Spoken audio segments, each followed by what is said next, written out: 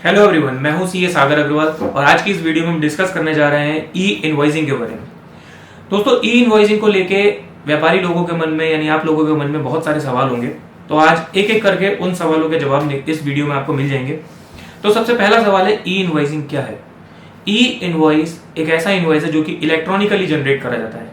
अच्छा साहब, इससे क्यूआर कोड जनरेट होता है जो कि IRN जिससे इनवॉइस रेफरेंस नंबर उसमें क्यूआर कोड में होता है। तो इनवॉइस रेफरेंस नंबर जो है वो हमारा ई इनवॉइस कहलाएगा, जिसे ऑनलाइन ट्रेस भी किया जा सकता है। ठीक है साहब, अगला सवाल, ई इनवॉइसिंग करनी किसे है। तो ई इनवॉइसिंग उन व्यापारियों को करनी है जिनका turnover during any financial year, इसका मतलब किसी भी फाइनेंशियल ईयर में, कहां से 2017-18 से लेके अब तक किसी भी फाइनेंशियल ईयर में अगर 5 करोड़ से ज्यादा हो गया है तो उन्हें ई इनवॉइसिंग करनी होगी। अच्छा साहब, किस डेट से करनी होगी? 1 अगस्त 2023 से उनको ई इनवॉइसिंग करनी होगी।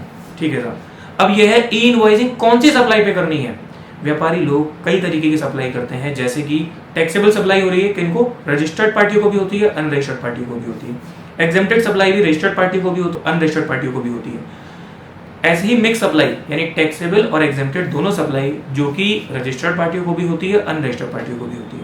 तो इसमें कौन सी सप्लाई पर ई इनवॉइस जनरेट होगा, इसमें आप ध्यान रखिएगा, केवल B2B यानी अगर व्यापारी रजिस्टर्ड पार्टियों को माल बेच रहा है तो वो ही, और वो भी कौन सा वाला? टैक्सेबल वाला, और या फिर टैक्सेबल प्लस एग्जेम्प्टेड दोनों वाला, तो उसी केस में केवल ई इनवॉइस जनरेट करना है। इसका मतलब ये केवल टैक्स इनवॉइस की जगह आई है, बिल ऑफ सप्लाई की जगह ये नहीं आई है। ठीक है साहब, अब ई इनवॉइसिंग कैसे करनी है? ई इनवॉइसिंग करने के लिए सरकार ने एक वेबसाइट बनाई है जिसका नाम है einvoice1.gst.gov.in। आप इस पर लॉगिन करके ई इनवॉइस बना सकते हैं, लेकिन जब आप इस पर लॉगिन करेंगे तो आपको वहां पे जनरेट ई इनवॉइस का ऑप्शन ही नहीं मिलेगा। अरे साहब, क्या कह रहे हो? यस, वहां पर ऑप्शन है केवल बल्क जनरेशन का। तो बल्क जनरेशन से क्या हम ई इनवॉइस बना पाएंगे? यस, उसका प्रोसेस थोड़ा लेंथी हो गया है। क्या प्रोसेस हो गया है? आप एक एक्सेल यूटिलिटी डाउनलोड करें, उसमें अपना सारा डेटा फीड करें। क्या डेटा फीड करना है? इनवॉइस से रिलेटेड सारा डेटा फीड करना है। उसके बाद आप उसको पोर्टल पर अपलोड करें, जिससे कि वो ई इनवॉइस बन जाएगा। आपको नहीं लग रहा है बहुत लेंथी प्रोसेस हो गया? आपका कस्टमर सामने खड़ा है, वो कह रहा है भाई साहब आप मुझे बिल दो। आप कह रहे हो रुको रुको, मैं एक्सेल में डेटा फीड कर रहा हूँ। एक्सेल में डेटा फीड करने के बाद ऑनलाइन अपलोड कर रहा हूँ। ऑनलाइन अपलोड करने के बाद एक IRN जनरेट हो रहा है, या QR कोड जनरेट हो रहा है, जिसे आप अपनी इनवॉइस पर लगा रहे हैं। तो ये जो चीज है बहुत लेंथी प्रोसेस हो गया। अच्छा साहब, दूसरा ऑप्शन क्या है? दूसरा ऑप्शन ये है, सॉफ्टवेयर परचेज कर लीजिए। कौन सा सॉफ्टवेयर परचेज कर लें? टैली ले लीजिए, बिजी ले लीजिए, या कोई भी और अकाउंटिंग सॉफ्टवेयर ले लीजिए जो कि ऑनलाइन ई इनवॉइसिंग की फैसिलिटी प्रोवाइड करता है। इससे आप 1 क्लिक पर ई इनवॉइस जनरेट कर पाएंगे, साथ ही साथ ई वे बिल भी जनरेट कर पाएंगे। अच्छा साहब, ई वे बिल की बात है, क्या ई वे बिल अलग से बनाना पड़ेगा या ई इनवॉइस ही ई वे बिल का काम कर जाएगी? Answer is no, E invoice E way bill का काम नहीं करेगी। ई वे बिल अलग से बनाना पड़ेगा अगर आपकी सप्लाई 50,000 से ऊपर है और ई वे बिल एप्लीकेबल है। ठीक है, तो ई वे बिल बनाने के लिए क्या ई वे बिल पोर्टल पर लॉगिन करना पड़ेगा? नहीं, ई इनवॉइस पोर्टल पर ही ई वे बिल पोर्टल का लिंक उपलब्ध है, वहां पर आप क्लिक करेंगे और ई वे बिल पोर्टल पर पहुंच जाएंगे। अच्छा, ई इनवॉइस पोर्टल पर अलग डेटा भरो, ई वे बिल पोर्टल पर अलग डेटा भरो, बहुत ही लेंथी प्रोसेस हो गया सर ये तो। नहीं, आपका जो IRN यानी इनवॉइस रेफरेंस नंबर है, जैसे ही आप वो डालेंगे ई वे बिल पोर्टल पे, वो सारा डेटा ऑटोमेटिकली फेच कर लेगा और लास्ट में उस ट्रांसपोर्टर की डिटेल डाल के उसे आप सबमिट कर देंगे तो ई वे बिल बन जाएगा। अगला सवाल, ई इनवॉइस कब तक बनानी है? कब तक बनानी है से मतलब क्या है? कितना समय आपको मिल रहा है इसको बनाने के लिए? तो मेरा आंसर ये है, ये आपको रियल टाइम बनानी है, जिस समय आप इनवॉइस कर रहे हैं उसी समय बनाइएगा। अच्छा साहब, कल बना लें, एक दिन की अगर इनवॉइसेस रह गई हैं? तो आंसर इज नो।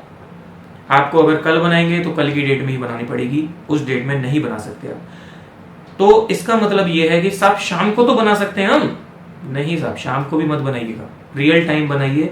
अगर आपने शाम को बनाई और आपका गुड्स रास्ते में जा चुका है तो वो हो सकता है पकड़ा जाए और वो मान लिया जाएगा बिना बिल के जा रहा है।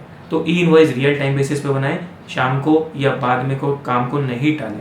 ठीक है, उसके बाद है ई इनवॉइस को क्या कैंसिल किया जा सकता है? गलत इनवॉइस बन गई तो क्या उसे कैंसिल कर सकते हैं? आंसर इज यस, आप विद इन 48 आवर्स इस इनवॉइस को कैंसिल कर सकते हैं। ठीक है, अगर 48 आवर्स के बाद पता चला कि हमारी इनवॉइस गलत बन गई, अब क्या करना पड़ेगा? अब आप क्रेडिट नोट बनाएंगे। ठीक है। अच्छा साहब, क्या क्रेडिट नोट भी ई इनवॉइस पोर्टल पर बनेगा?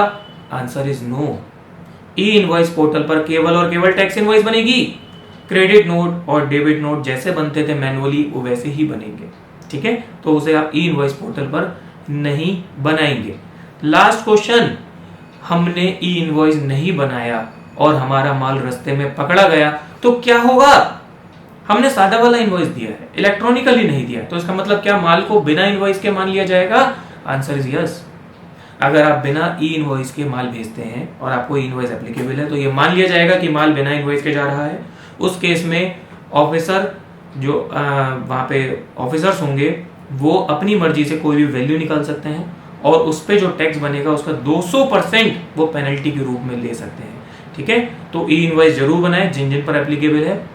और बाकी कोई भी इससे रिलेटेड क्वेरी है तो आप मुझे कमेंट सेक्शन में बता सकते हैं। मेरे चैनल को सब्सक्राइब करें और इस वीडियो को लाइक करें, शेयर करें। मैं इसी तरीके का और कंटेंट और वीडियोस आपको देता रहूंगा। Thank you so much.